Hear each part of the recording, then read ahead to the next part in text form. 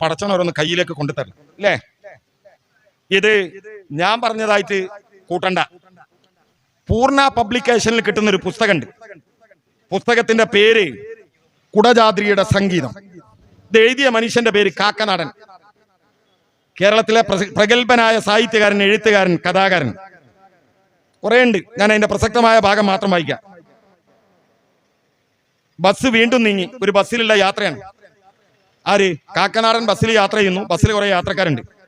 Bus വീണ്ടും നീങ്ങിയപ്പോഴേക്കും നമ്മുടെ ശിങ്കാരി ഏറെ ശ്രദ്ധ ആകർഷിച്ചു. ശിങ്കാരി എന്ന് പറഞ്ഞാൽ ഒരു പെണ്ണിങ്ങനെ കൊയഞ്ഞാടുകയാണ് ഈ ബസ്സിൽ. അത് മേലുണ്ട്, അതുകൊണ്ടാണ് പറഞ്ഞത്. വായിച്ചു പോകണമെങ്കിൽ കുറെ ഉണ്ട്.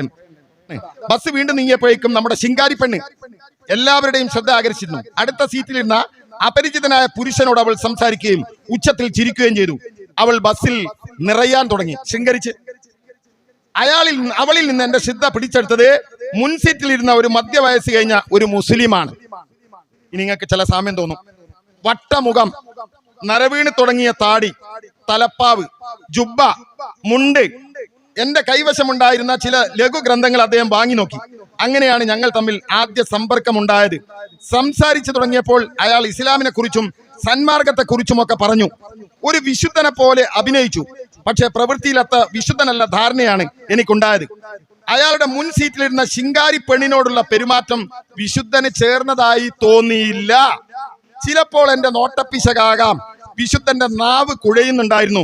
ഏതോ ലഹരി പദാർത്ഥം പുള്ളിയുടെ ഉള്ളിൽ കിടന്ന് കളിക്കുന്നുണ്ടെന്ന് വ്യക്തമായിരുന്നു. അതോ ഇനി വിശ്വാസത്തിന് നാവ് കുഴക്കാൻ വേണ്ടത്ര ലഹരിയുണ്ടോ? ഇസ്ലാമും ക്രിസ്തുമതവും എന്നൊരു പുസ്തകം അദ്ദേഹം എനിക്ക് തന്നു. സ്വന്തം രചനയാണെന്ന് അവകാശപ്പെട്ടു. അങ്ങനെയാണ് അദ്ദേഹത്തിന്റെ പേര് ഞാൻ കണ്ടുപിടിച്ചത്. ഗ്രന്ഥകർത്താവിന്റെ പേര് ബവാഹുദ്ദീൻ കൂരിയാട്. ഇത് ഞാൻ പറയല്ല, എന്റെ തലയെ കയറാൻ വരണ്ട. പൂർണിമ പബ്ലിക്കേഷൻസിൽ ഇപ്പോഴും ഈ പുസ്തകം കിട്ടും. പുസ്തകം എഴുതിയ കാക്കനാടനാണ്. എന്താന്ന് എനിക്ക് അറിഞ്ഞൂടാ. അറിയാത്ത കാര്യം ഞാൻ പറയാറില്ല. അതുകൊണ്ട് അത് കുടജാദ്രിയുടെ സംഗീതം. യെസ്, കുടജാദ്രിയുടെ സംഗീതം. പുസ്തകം വാങ്ങാൻ പോണേല് കുടജാദ്രി ചോദിച്ചാൽ കിട്ടൂല. പൂർണിമ പബ്ലിക്കേഷൻ കുടജാദ്രിയുടെ സംഗീതം. എനിക്കറിഞ്ഞൂടാ. കാണാത്ത കാര്യങ്ങൾ പറയാൻ പാടില്ല. അത് ഹൈബാണ്.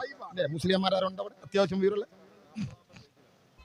പുസ്തകത്തിന്റെ 40-ാം പേജിൽ മൂപ്പര് നല്ല ഇൻട്രസ്റ്റിൽ 3-4 പ്രാവശ്യം വായിച്ചിരുന്നത്.